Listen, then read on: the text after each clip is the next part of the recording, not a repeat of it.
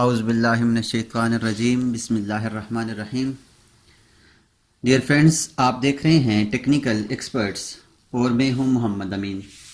हम आपको अपने चैनल टेक्निकल एक्सपर्ट्स पर खुश आमदीद कहते हैं। आज की इस क्लास में हम सीखेंगे सॉलिड एडिट टूल्स में जाकर extrude face, move face, offset face, delete face, rotate face, tapper face, copy face, colour face, इसके बाद कॉपी एज और उसके बाद कलर एज। लेकिन अपनी क्लास को शुरू करने से पहले आपसे हमेशा की तरह रिक्वेस्ट है कि अगर आप हमारे चैनल पर नए हैं और आपने अभी तक हमारा चैनल सब्सक्राइब नहीं किया तो काइंडली हमारे इस चैनल को सब्सक्राइब कर लें ताकि हमारी हौसला अफजाई होती रहे। स्टूडेंट्स, हमारे पास जो सबसे पहले सॉलिड एडिटिंग टूल्स के अंदर पहला जो कमांड है, पहला जो टूल है वो है एक्सट्रूड फेस। इससे पहले भी हमने एक्सट्रूड पढ़ा था, यहाँ पर ये एक्सट्रूड पढ़ा था। अब है हमारे पास एक्सट्रूड फेस। हम किसी एक फेस को सिलेक्ट करके एक्सट्रूड कर सकते हैं। तो उसके लिए मैं यहाँ पर एक रेक्टेंगल बनाता हूँ और REC लिख कर एंटर करता हूँ और यहाँ पर मैं एक रेक्टेंगल बना लेता हूँ और रेक्टेंगल बनाकर इसको मैं एक्सट्रूड कर लेता हूँ। ये मैंने एक फेस इसको एक्सट्रूड कर लिया है। अब अगर मैं इसका कोई फेस एक्सट्रूड करना चाहूँ तो उसके लिए मैं एक्सट्रूड फेस के ऊपर क्लिक करूँगा और कोई भी फेस सिलेक्ट करूँगा। अगर मैं इस फेस को करना चाहता हूँ तो मैंने फेस के ऊपर क्लिक किया है तो ये सिलेक्ट हो गया है। उसके बाद राइट बटन क्लिक करूँगा और एंटर कर दूंगा। अब कहता है स्पेसिफाई हाइट ऑफ एक्सट्रूजन और पाथ। अगर हम यहाँ से इसको पाथ देंगे तो पाथ के जरिए इसको कर देगा और अगर हम इसको हाइट देंगे या इसको कोई वैल्यू देंगे तो वैल्यू के मुताबिक करेगा। उसके बाद हमारे पास कहता है specify angle of taper of extrusion. Taper angle अगर देना चाहते हो ठीक है, नहीं तो हम इसको 0 करके एंटर करेंगे तो देखिए हमारे पास, और एग्जिट कर दें और फिर एग्जिट कर दें तो देखिए हमारे पास ये फेस ऊपर की तरफ एक्सट्रूड, आगे की तरफ एक्सट्रूड हो गया है। अगर दोबारा से इसको मैं ऊपर की तरफ से एक्सट्रूड करना चाहूँ तो यहाँ से मैं एक्सट्रूड फेस लूँगा और जिस फेस को एक्सट्रूड करना है उस फेस के ऊपर रखकर उसको सिलेक्ट कर लें। सिलेक्ट करने के बाद इसको राइट बटन क्लिक करें और राइट बटन कर देने के बाद ये कहता है स्पेसिफाई हाइट। हाइट में देता हूँ जी 2 की हाइट में दे देता हूँ। अब पूछ रहा है टेपर एंगल, तो टेपर एंगल अगर मैं 45 का दूँ और उसके बाद आप देखें और एग्जिट करें तो हमारे पास देखें तो ये इस तरह का ऊपर की तरफ टेपर एंगल इसके ऊपर लग गया है। ये देखिए हमारे पास इस तरह का ऑब्जेक्ट बन गया है। इसके ऊपर टेपर एंगल मैंने 45 का दिया है तो 45 के टेपर एंगल के साथ इसने 2 की हाइट के साथ इसको एक्सट्रूड कर दिया है। उसके बाद स्टूडेंट्स, हमारे पास जो अगली कमांड है वो है मूव फेस। मूव फेस भी हमारे पास इसी तरह ही काम करती है जिस तरह से एक्सट्रूड का काम करती है, लेकिन ये हमारे फेस को सिर्फ मूव करती है। उसके लिए मैं क्या करूंगा, सिलेक्ट फेस कह रहा है तो मैं फेस को सिलेक्ट करूंगा। किसी फेस को सिलेक्ट कर लिया। अब कह रहा है अनडू रिमूव ऑल, तो उसके लिए हम जो सिलेक्ट फेस हुआ है उसको ही सिलेक्ट करेंगे और एंटर कर देंगे। अब कहता है स्पेसिफाई बेस पॉइंट और डिस्प्लेसमेंट। कोई बेस पॉइंट दें या डिस्प्लेसमेंट दें, मैं इसको बेस पॉइंट दे देता हूँ।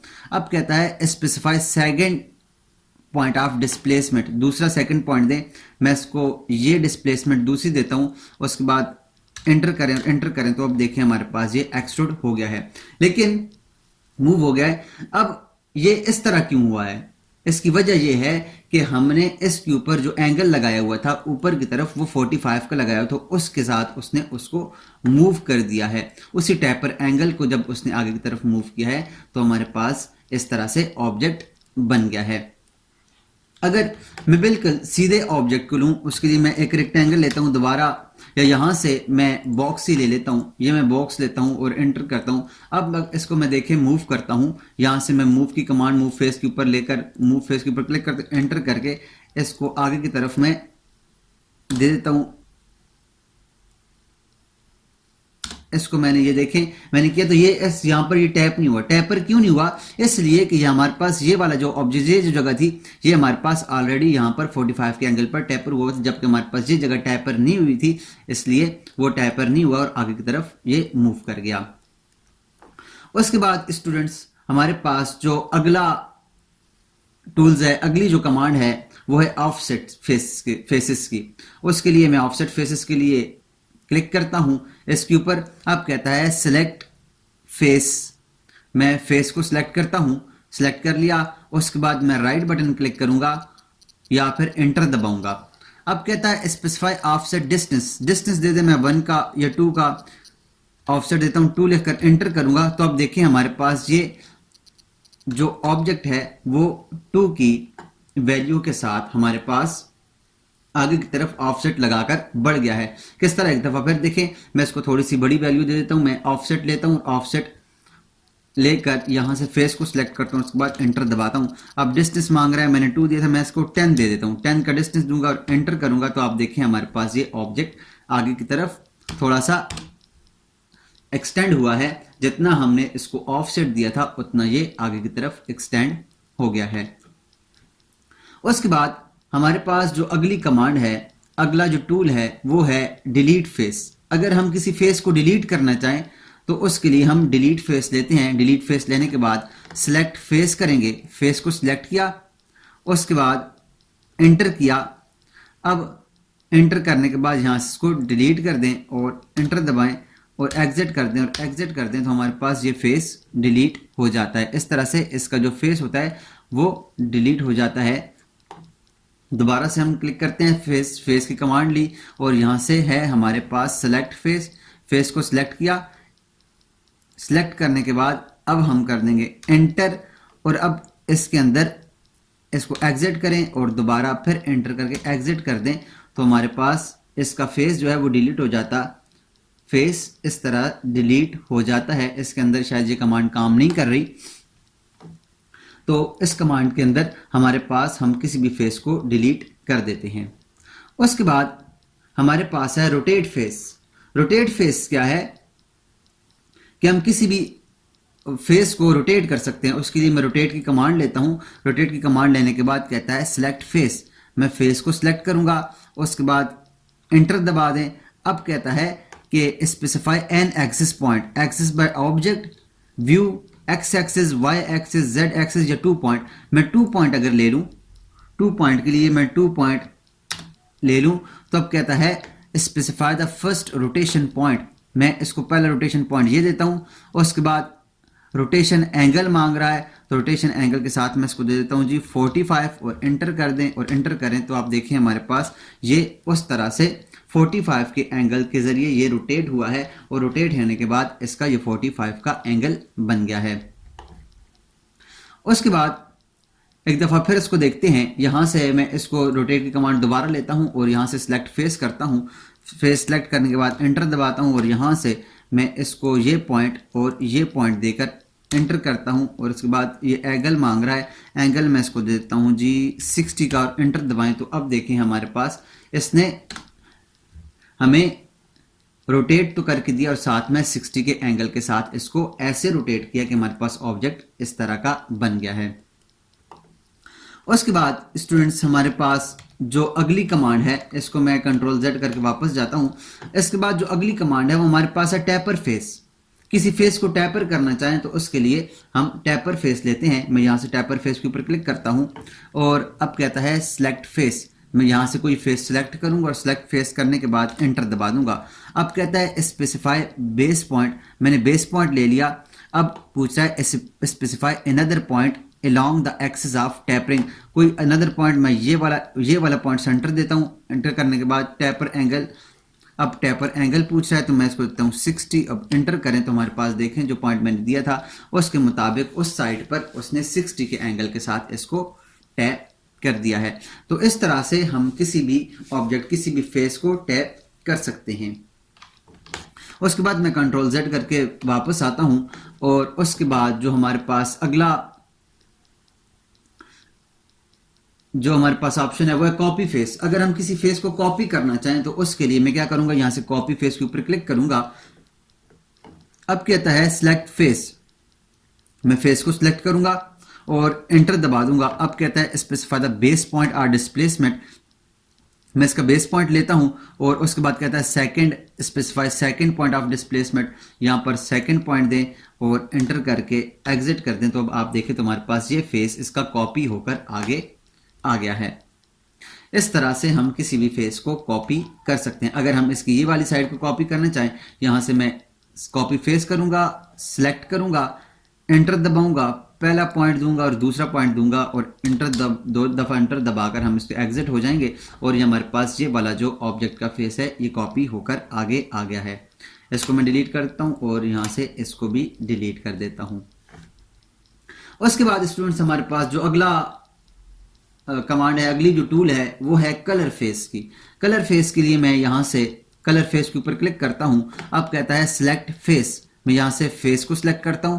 सिलेक्ट करने के बाद एंटर दबाऊंगा तो हमारे पास ये एक कलर की नया डायलॉग बॉक्स आ गया है। इसमें से जो कलर आपको पसंद है उसको सिलेक्ट कर लें और सिलेक्ट करने के बाद आप यहां से इसको एग्जिट करें तो हमारे पास ये देखें तो हमारे पास इसके ऊपर ये कलर आ गया है। यहां से मैं आपको इसको कंसेप्चुअल से रियलिस्टिक में जाकर दिखाता हूं तो आप देखें तो हमारे पास इसका कलर रेड हो गया है।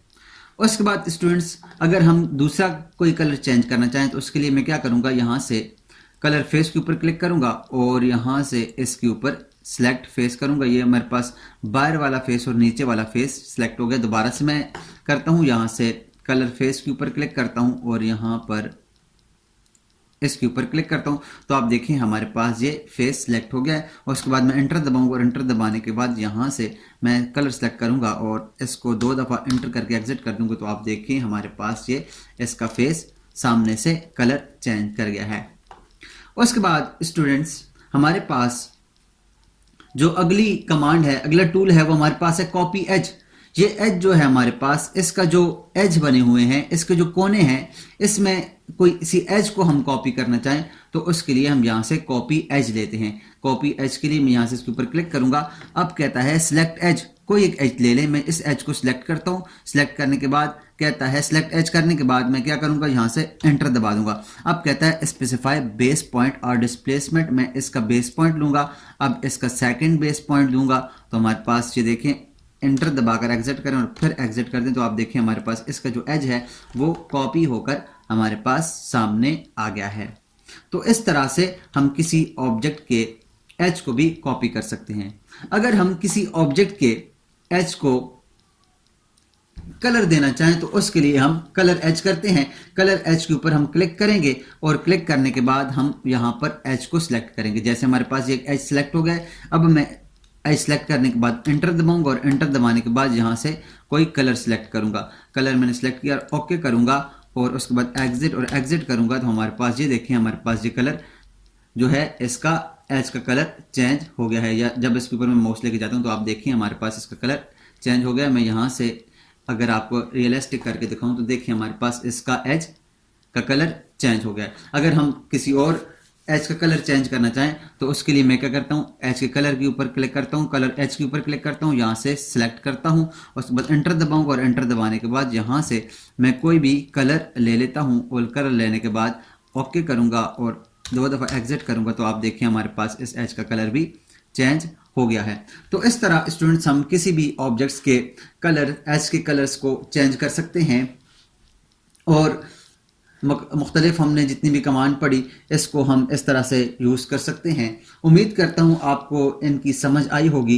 इस नेक्स्ट क्लास में हम इंशाल्लाह लाइट की तरफ जाएंगे कि हमारे पास लाइट क्या चीज़ है और हम लाइट को किस तरह से लगाते हैं अपने किसी ऑब्जेक्ट के ऊपर, और उसके बाद फिर हम मटेरियल को देखेंगे कि मटेरियल क्या चीज़ है और मटेरियल को हम किस तरह से अपने ऑब्जेक्ट के ऊपर अप्लाई करते हैं। आज के लिए इतना ही, मिलते हैं नेक्स्ट क्लास में। तब तक अपना और अपने साथ जुड़े हर रिश्ते का ख्याल रखिएगा। अल्लाह नहगबान।